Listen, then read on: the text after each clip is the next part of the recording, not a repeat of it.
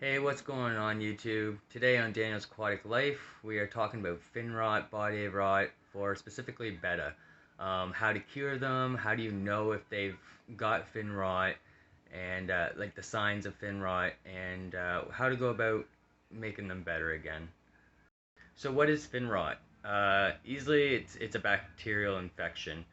It comes from many things. It can be your water, the transportation of when it got delivered to your local pet store, or if you had ordered it. It can come from being close to another fish in your aquarium that has that fin rot that you didn't even realize. What it is the disease. The signs of the disease um, are things mostly discoloration within your beta. Um, Normally white, red spots, sometimes even black. Um, Time to time, the longer that it has this disease, you'll start to notice its tail and its fins start to fall to pieces. If betta have gotten to the point where their fins and tail are falling into pieces, and the next step would be it would start to attack its body and cause it to go into, well, death stage, which nobody wants. So how do we treat fin rot and body rot? Well, five things we want to do. First, we want to check your fish's environment. Um, Make sure that none of the other fishes inside your aquarium have got fin rot, so that they're not playing too close together and creating other fishes to get fin rot, as well as your filter, your pump, just giving it a good cleanup. And that goes to number two, take corrective measurements. Um, you really want to check your water, your pH. Like I said, these betta are very, very picky people, or fishes, sorry. Um, so it's a daily checkup, making sure that you've done everything in your will each day to make sure that your betta are happy. Um, and then number three, clean the fish tank. It's super, super important to clean the fish tank. You got algae buildup. You got a lot of poop that goes on. The more fish that are in your tank, the more poop there is. It causes stress. It causes just enough that fin rot can take place. Number four, treat with medication.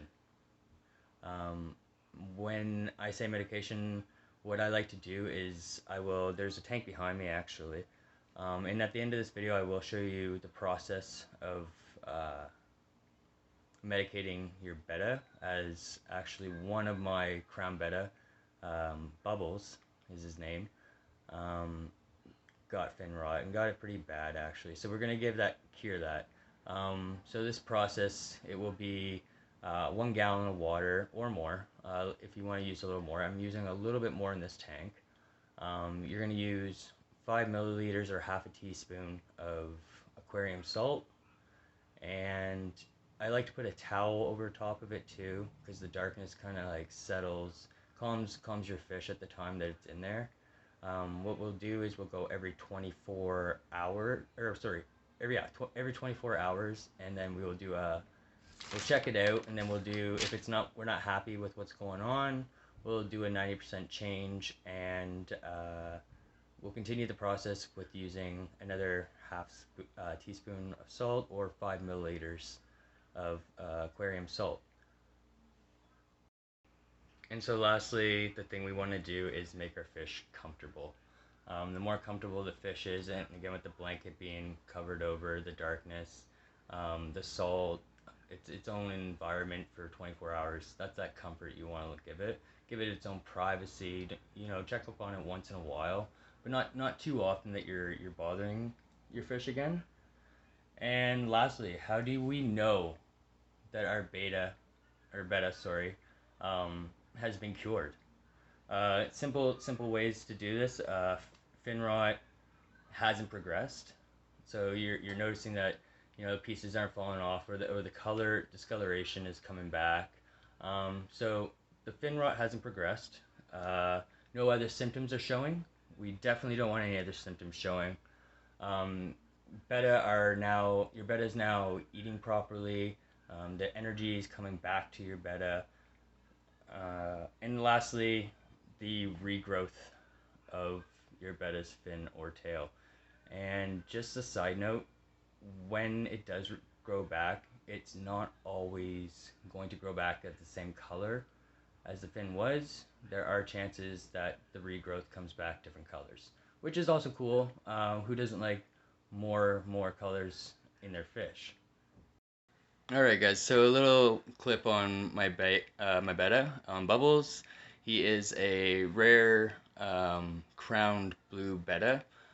He does have fin rot, so I'm gonna try and get in there and see if you guys can see. He's got the discoloration. He used to have really bad discoloration when I first got him. He had pieces missing, so things are growing back. Um, it's kind of hard to tell when it does grow back because with the crown betta, their tails they look more like a hair than anything. But he's definitely looking better, so I'll show you what we've done. We've made the transfer here, and there he is there. I'm trying to get a close up here, but he's got, of course, it's on the other side, the discoloration on the very back of his tail, and you can see it's kind of mangled up here a bit. And you know, there's a little white spot here on his body, which could be also fungus, but more so I'm believing it's fin rot due to the rest of his fins. That's Bubbles, everybody.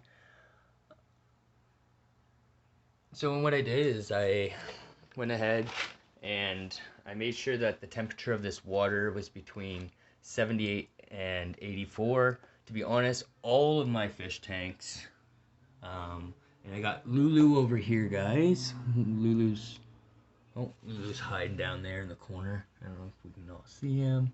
Usually Lulu's super active. These are the only two fish that have names so far. But yeah, so what I do is I make sure all my tanks are at 80. Sometimes 79, 80, no matter what, because most fish that you're keeping in communities right now are between 74, 75, 76, and 82. So that 79, 80 range, if we can just keep all the tanks at that, I'm sure everybody's happy, right? And it's just easier to keep the temperature that way. So we've kept the temperature. We've got this tank from at 80, sorry. And we've used a half teaspoon of the aquarium salt here. And another great thing that maybe you want to do, and it's not mandatory, but the Indian almond leaves. Those tend to make the process go quicker. So yeah, so I've got aquarium salt. I'm using a half a teaspoon or 5 milliliters. These usually come, these are great because they come in from all these little guys here, right? So, and that's it. It's clean water. We're going to use 5 milliliters or half a teaspoon of the aquarium salt. We're going to do this for 24 hours. And then lastly, we are just going to throw a blanket over there. Nice clean blanket, and give him his privacy. So after 24 hours, we'll come back, we'll check out on Bubbles. And if we don't think that, you know, things are progressing as well as we want to, we'll do a 90% water change. We'll add that half teaspoon of salt back in there. And of course, guys, don't just throw salt into your gallon of water. Not good. I've seen fish and heard fish, die from eating it, getting salt poisoning. So we don't want that.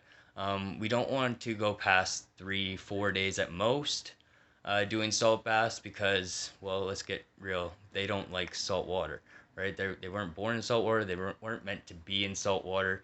The salt water is really just to open up those fins to you know, allow them to breathe better and get those fins growing properly, right? We also have to recognize that they have labyrinth lungs, so they have to